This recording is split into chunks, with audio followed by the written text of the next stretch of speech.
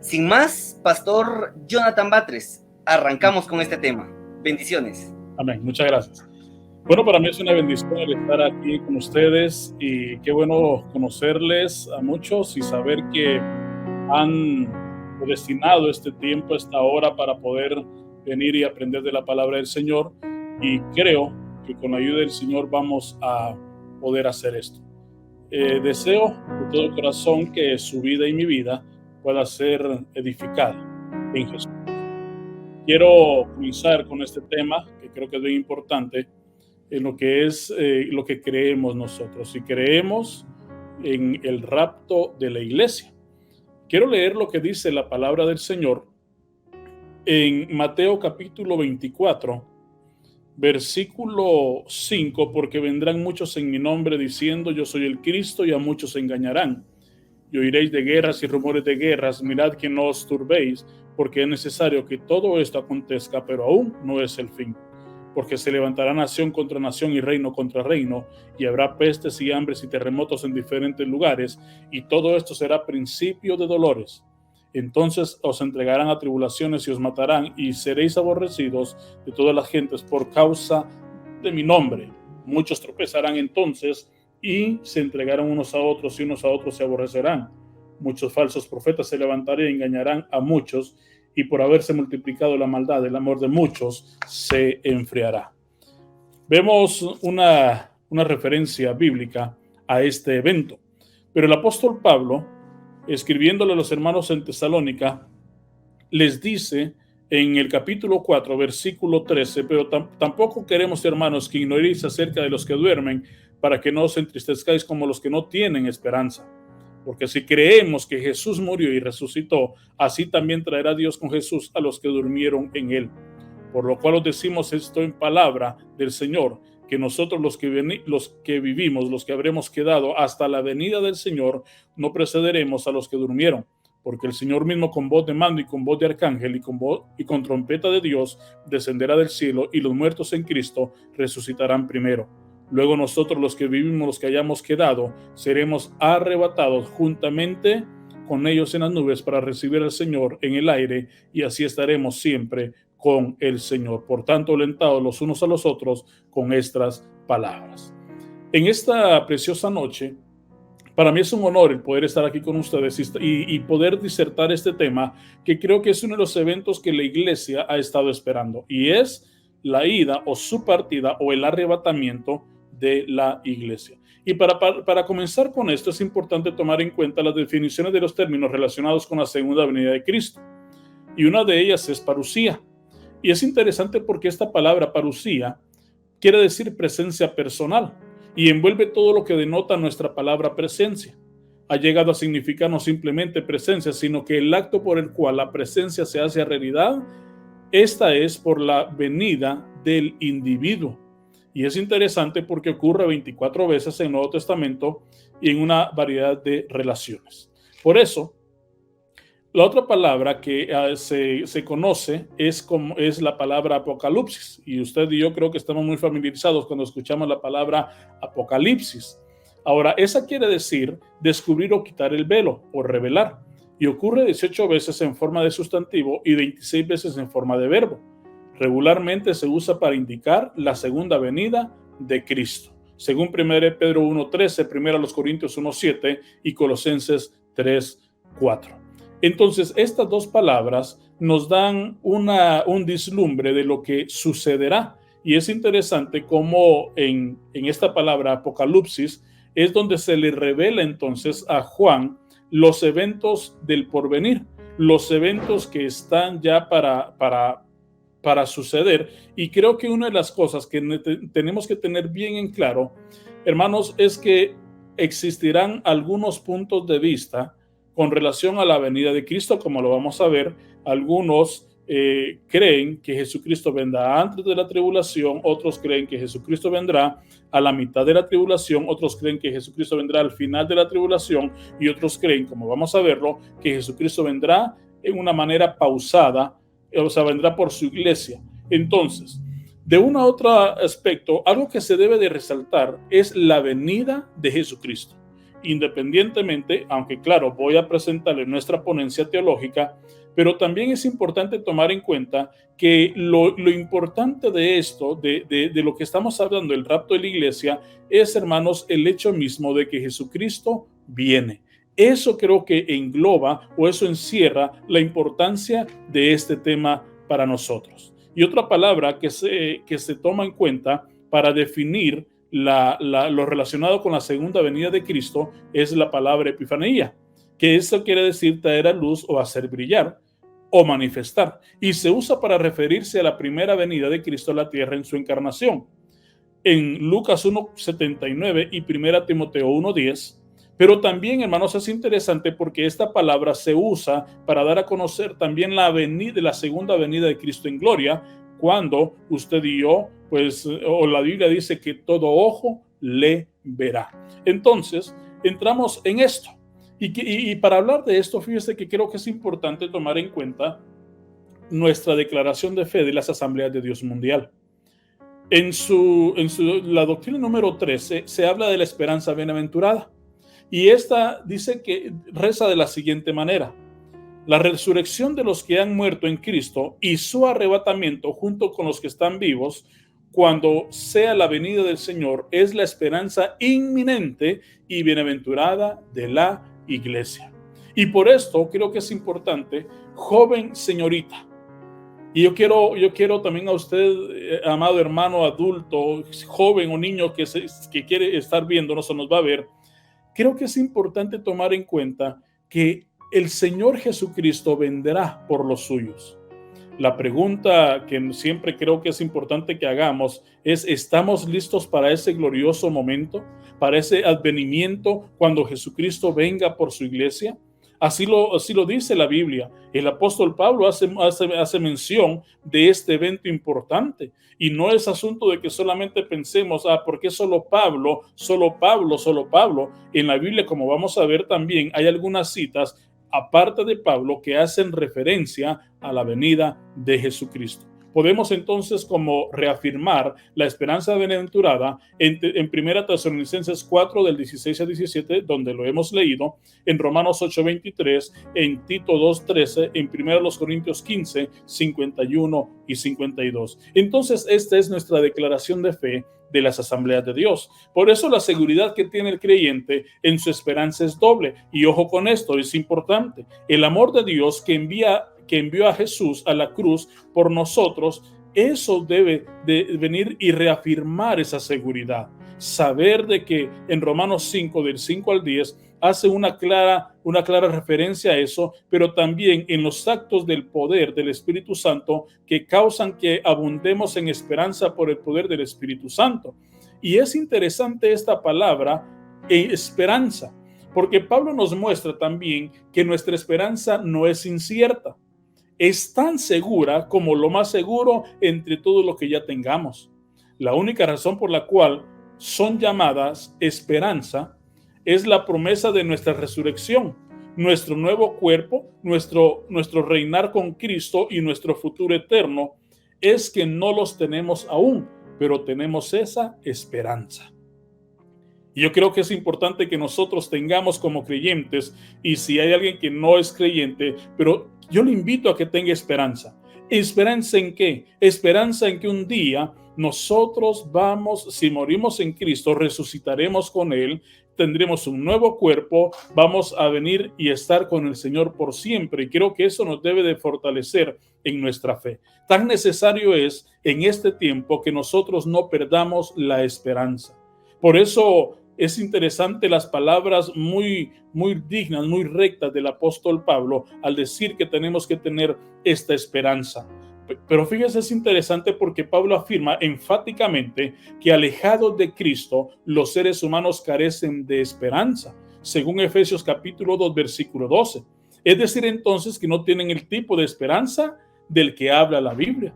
El creyente y glorifique al Señor, usted y yo, glorifiquémosle si tenemos esa esperanza, pero si ya vamos perdiendo esa esperanza, es que Jesucristo no viene, es que miro tan atractivo el mundo. Joven señorita, yo quiero instarle, quiero animarle. Seamos creyentes de que tengamos esa esperanza viva. Y ojo con eso, esa misma esperanza produce que mi persona o que yo venga y actúe de acuerdo a lo que he creído. Entonces, puesta mi fe en Jesucristo, yo voy a vivir una vida recta. Voy a vivir una vida que honre a Dios. Voy a ser una persona que glorifique a Jesucristo en su diario vivir. Que mi cuerpo exalte y glorifique a la persona que me salvó. Es interesante porque la persona sin esperanza, lógicamente, él no tiene razón de, pero nosotros los creyentes tenemos esperanza viva. Y es interesante porque el escritor a los Hebreos en el capítulo 6, versículo 18 y en el 10:23 dice esto: nos exhorta a los que hemos acudido para asirnos de la esperanza, a cobrar ánimo y a mantenernos firmes sin fluctuar la profesión de nuestra esperanza, porque fiel es el que lo prometió. Yo quiero invitarte, joven señorita, quiero invitarle a usted, hermano y hermana, si usted ha perdido su esperanza en la pronta venida de Jesucristo, es tiempo de que volvamos a tener esa esperanza. Pregunto, ¿qué nos puede matar la esperanza? ¿Qué nos mata la esperanza de un día estar con Jesucristo? A veces el afán de la vida, a veces las cosas que usted y yo miramos atractivas para este mundo. Cuando comenzamos a seguir, como vamos a verlo más adelante, la corriente de este mundo, eso produce que usted y yo perdamos esperanza.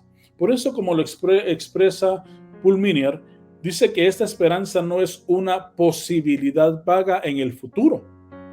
Me encanta esto porque Dios tenía presente desde el principio las últimas cosas. ¿Eso qué quiere decir? Que aquel que prometió que un día vendría por nosotros, lo va a cumplir. Es cierto que la Biblia centra su atención alrededor de la primera venida de Cristo, que logró la salvación e hizo que el futuro interrumpiese en el presente de una manera promisoria. ¿Qué quiere decir eso? Hermanos, podemos decir, fuera absurdo nosotros negar la venida de Jesucristo. Si nosotros negaremos la venida de Jesucristo, entonces estamos diciendo la venida de Jesucristo, su primer venida, encarnado, entonces es absurda o es algo que no nos puede beneficiar. Pero cuando Jesucristo vino para morir por nosotros, para darnos salvación, entonces ahí es donde usted y yo tenemos esa bendición de esperanza viva. Aunque Jesús indicó de nuevo que pasaría largo tiempo, según Mateo 25:19, insistió repetidamente en que su venida sería tan súbita como inesperada. Por eso los creyentes fieles no serán tomados por sorpresa. Y esto que yo quiero animarle en el nombre de Jesús a que usted y yo mire, las cosas que suceden, y decía el hermano que me antecedió, las cosas que están pasando hoy, no podemos evitarlas. Ojo con esto. Yo no estoy diciendo que no oremos porque haya paz, no estoy diciendo porque el Señor pueda venir y arreglar las situaciones, pero fíjese que los creyentes, estas cosas, sean políticas, económicas, sean catástrofes, no pueden venir y tomarnos por sorpresa, porque nosotros estamos esperanzados y trabajando sin importar cuándo sea la venida de Cristo. Si Él se tarda un poco más, gloria a Dios. Si Él vendrá pronto, esté listo. Los cristianos solo serán sorprendidos, y ojo con esto, si dejan de que sus corazones se carguen de glotonería y embriaguez y de los afanes de esta vida. Yo quiero invitarte, joven, señorita, hermano y hermana, niño, es importante que tengamos cuidado que nuestro corazón no se llene por las cosas pasajeras. Por eso, creo que es importante tomar en cuenta esto y les presento así rápidamente algunas posturas con relación a la venida de Jesucristo. Y como lo vamos a ver de una manera así muy pausada, pero tampoco corriendo, ¿verdad? Vamos a hablar un poco sobre los pretribulacionistas y un poco sobre los posttribulacionistas. Y es interesante porque los pretribulacionistas, como vamos a verlo, nos dicen bíblicamente que el rapto de la iglesia será antes de la tribulación. Entonces la iglesia es alzada y Jesucristo se manifiesta entonces a toda la humanidad en la segunda venida. Pero también los posttribulacionistas, ellos creen que la iglesia pasará entonces la tribulación pero en ese lapso, al terminar los 7 años, la iglesia es alzada, pero a la misma, la iglesia viene con Jesucristo para reinar por 1000 años. Por eso, en primer lugar, hablando del premileniarismo futuro, está basado en 3 creencias principales. Y ojo con esto. Esta está en concordancia con el uso sistemático del método de interpretación gramático histórico para todos los ámbitos de la Biblia, incluso los pasajes proféticos y escatológicos.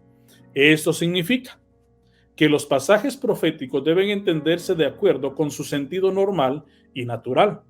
Por eso el premileniarismo futurista espera un cumplimiento literal de todas las bendiciones físicas, nacionales, territoriales y espirituales recogidas en la Biblia, incluidas las de Israel y las de las naciones, los premileniaristas. En segundo lugar, el premileniarismo futurista mantiene la distinción bíblica entre Israel y la iglesia y entiende que la Biblia no las confunde. Ojo con esto. La identidad de Israel en la Biblia siempre incluye a los descendientes físicos de Abraham, Isaac y Jacob. En realidad, los 77 usos de Israel en el Nuevo Testamento se refieren al Israel étnico.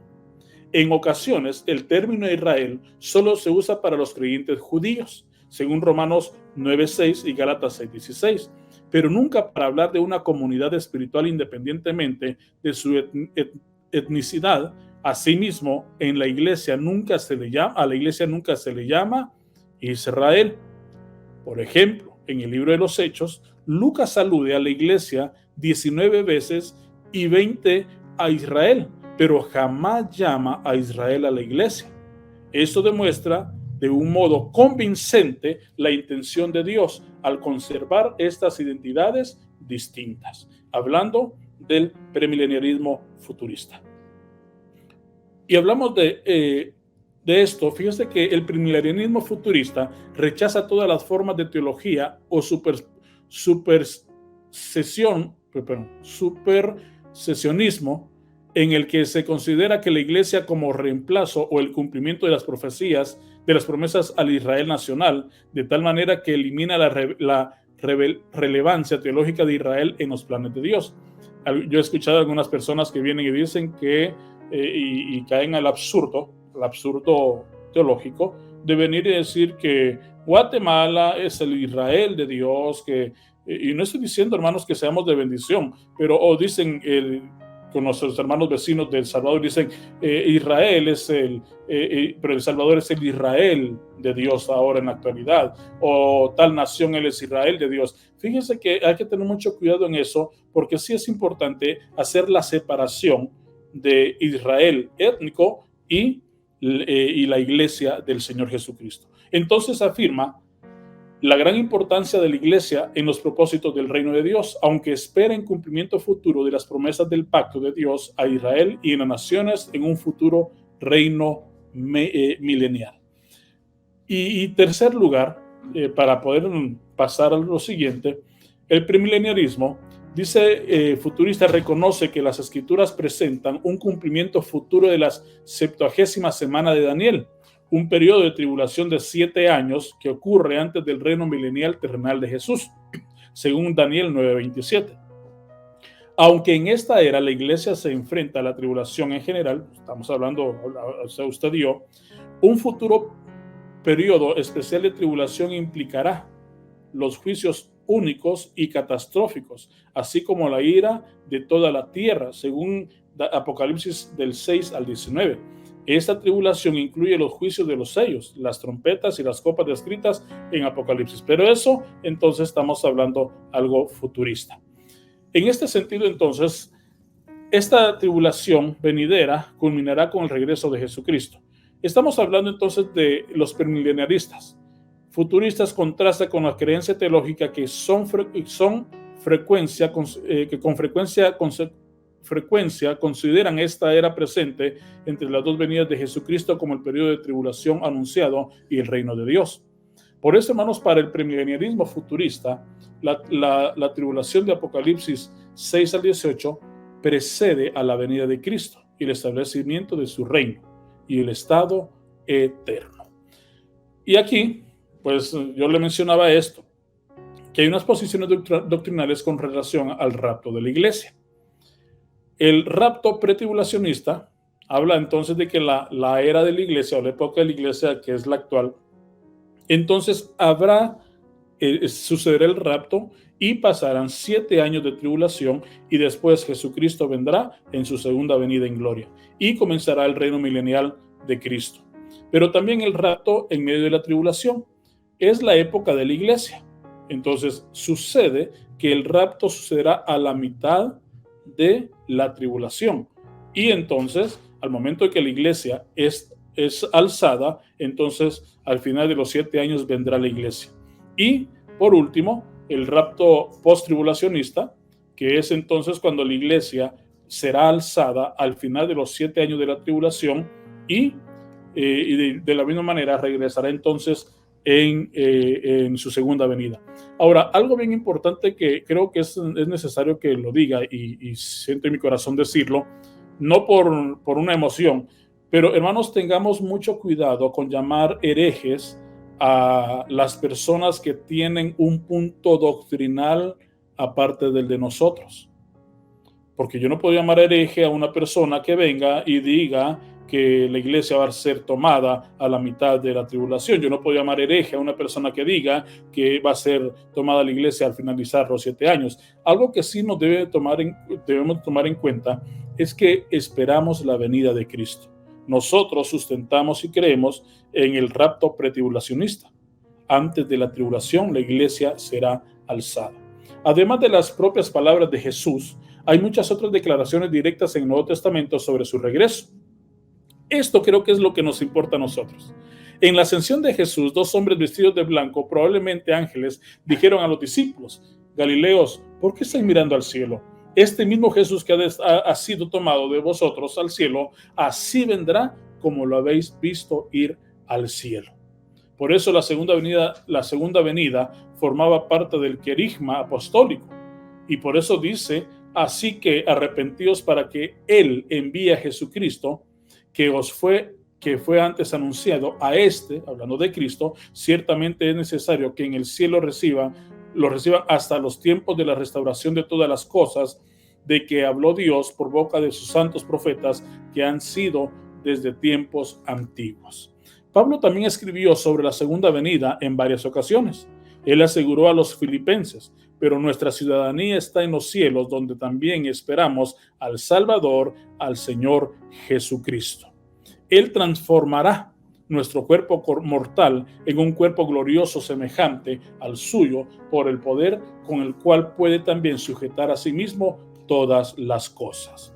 Y por eso este pasaje, en un libro que no es explícitamente escatológico, es particularmente significativo porque demuestra el efecto práctico en la segunda venida que tendrá sobre nosotros.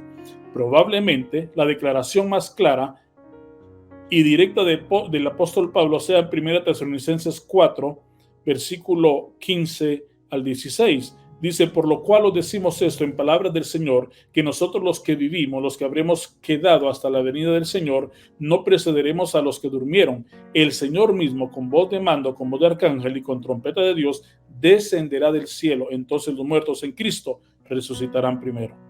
Otras declaraciones directas la encontramos en 2 Tesalonicenses 2:1, 10 y Tito 2:13. Además, entonces, como lo mencionaba, encontramos que el apóstol Pablo hace referencia menos elaborada de la segunda venida. Usted puede ver ahí 1 Corintios 1:7, 15-23, 1 Tesalonicenses 3:13, 5:23, 2 Tesalonicenses 2:1-8, 1 Timoteo 6:14, 2 Timoteo 4:1 y 8, y otros autores también mencionan la segunda venida. Por ejemplo, en Hebreos 8:28, en Santiago 5:6, 7 y 8, 1 Pedro 1:7 y el 13, y 2 Pedro 1:16 y 3, 4 y 12, y 1 de Juan 2:28. Ahora, ¿eso qué me da a entender? Que la Biblia me atestigua entonces que vendrá un tiempo donde los que estamos en Cristo seremos levantados. Ahora, ¿en qué sentido entonces tenemos que tener en cuenta la unidad de la venida de Cristo? Un grupo grande e influyente de cristianos conservadores enseña que la venida de Cristo se producirá en 2 etapas. Estas etapas son el arrebatamiento y la revelación, o el venir por los santos y el venir con los santos. Estos 2 eventos estarán separados por la gran tribulación, que se cree que durará unos 7 años. A los que defienden este punto de vista se les denomina entonces pretribulacionistas, y la mayoría de ellos son dispensacionalistas. Ojo con esto, es interesante este término, porque el arrebatamiento es el hecho mismo de que Cristo viene por los suyos, y la revelación, o la segunda venida de Cristo en gloria, Él viene con los suyos. Entonces, esta es la manera en la cual muchos de los creyentes creemos en que Jesucristo vendrá.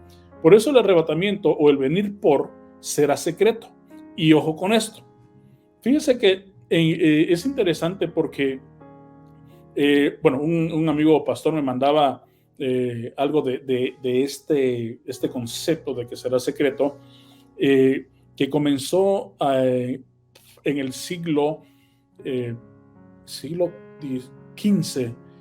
Comenzó a darse este concepto de la venida de Cristo en secreto.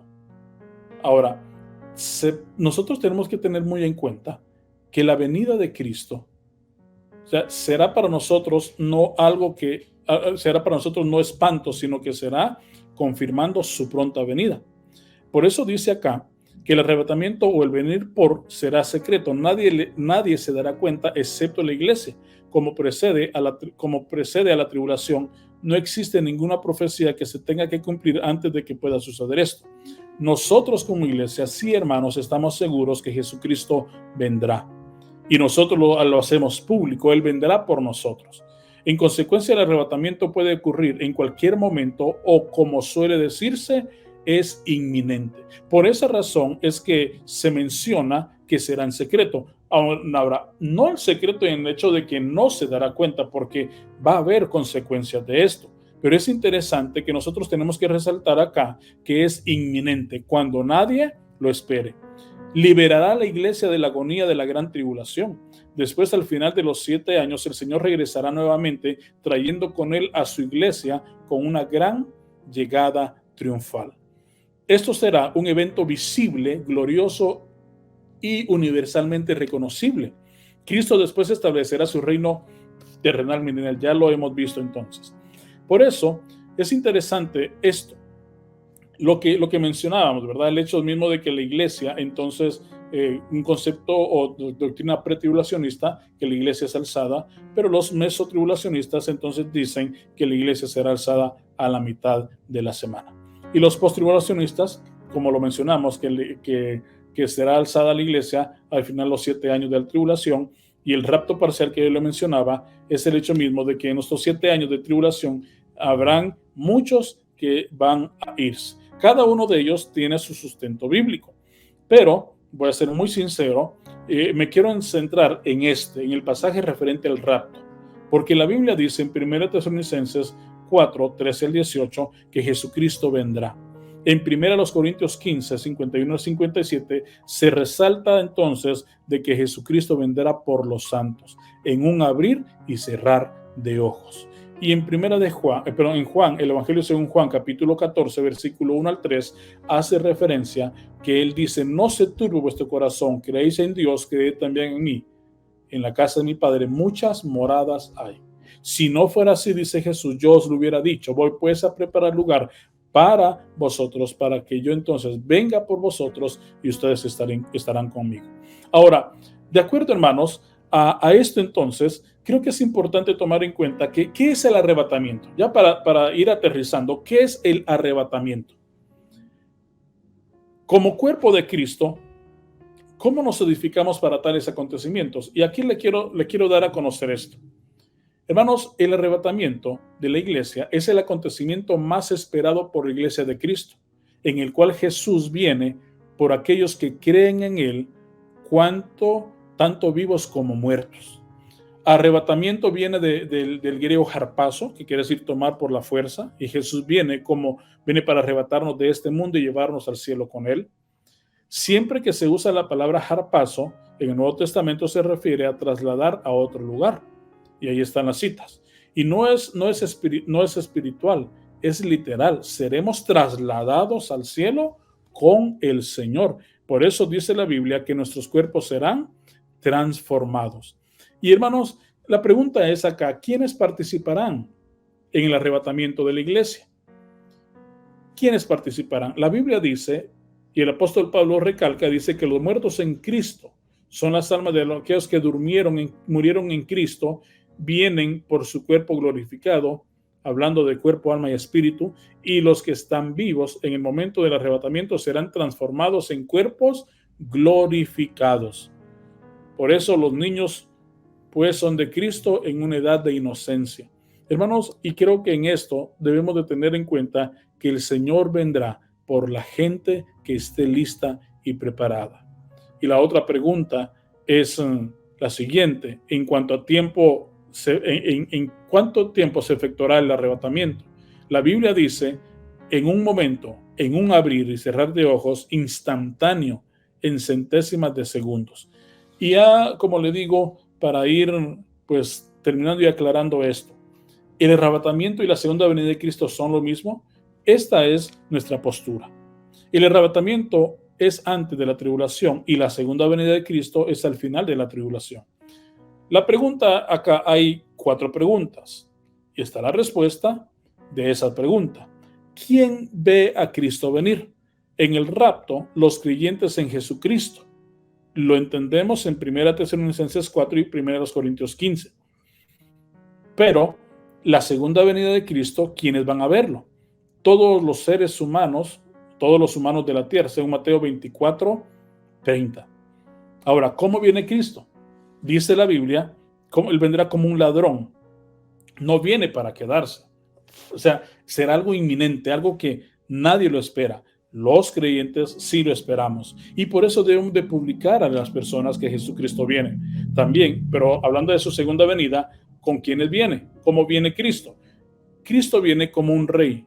Viene para quedarse. Viene para venir y establecer el reino, su reino milenial y lógicamente el reino eterno, como se va a exponer. ¿Con quiénes viene Cristo? Es interesante, en 1 Tesalonicenses 4:16 dice que vendrá con los ángeles y en su segunda venida con los santos y los ángeles. Y la última pregunta, ¿qué tan cerca de la tierra viene Cristo? La Biblia dice que el Señor vendrá en las nubes, hablando del rapto, y en su segunda venida sus pies tocarán el monte de Olivos, según Zacarías capítulo 14, versículo 4. Entonces, amados hermanos, creo que es importante que nosotros vengamos y tengamos muy claramente esto. No se sabe la fecha y nadie puede decir, según Mateo 24, 36 y 44, cuándo Cristo vendrá. Pero después que Cristo venga por su iglesia, después del arrebatamiento solamente quedan 1007 años de historia en este mundo. Por eso el arrebatamiento será antes de la tribulación. Nosotros creemos en el arrebatamiento pre-tribulacionista. ¿Y por qué? Pues la Biblia lo menciona en 1 Tesalonicenses 5, 9 y 10.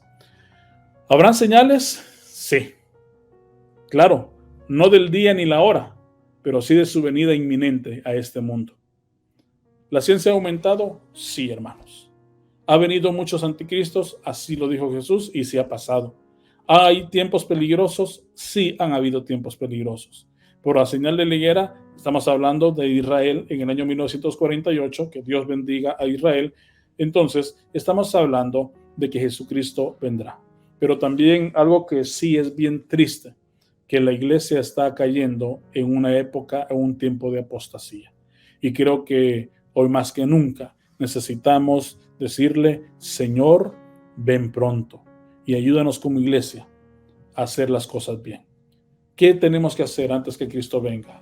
Velemos, así lo dijo Él. Hagamos lo que le agrada al Señor para que nos encuentre haciendo bien. Velad, velad porque Él viene pronto. Y termino con esto. Cristo viene pronto. Estemos listos para ese evento trascendental para el joven cristiano o para las personas que están alrededor de nosotros. Dios les bendiga. en esta preciosa y bendecida noche. Creemos entonces que Jesucristo vendrá por su iglesia. Yo quiero animarle que esté listo y preparado. Si muchos de ustedes se han descuidado en su vida cristiana, en su vida espiritual, es un buen tiempo para decirle: Señor, necesitamos que tú nos ayudes, o necesito que me ayudes a ser una persona fiel a ti. Yo no sé si usted ha tenido a bien el poder venir y recordar qué tan cerca o qué tan lejos está de Jesucristo. Yo quiero invitarle en el nombre de Jesús que se ponga a cuentas con Dios. Y si hay alguien en medio de nosotros, por medio del internet, que necesita de Jesús, yo quiero invitarle para que le diga a Jesús: yo te necesito en mi vida, te necesito en mi corazón. Y si alguien ha dejado que el mundo lo vaya absorbiendo, joven, señorita, ¿por qué no le dice: Señor, quiero estar listo para este glorioso momento? Yo quiero orar por usted. Joven, señorita, hermano adulto, usted, hombre y mujer, que también es cristiano, niño, que tal vez no has aceptado a Jesucristo en tu corazón, yo te invito. Joven, si has descuidado tu relación con Dios, yo te invito a tener una relación plena con Jesucristo. Padre, en el nombre de Jesús, en este precioso momento vengo delante de ti a pedirte que bendigas la vida de cada uno de los que estamos aquí.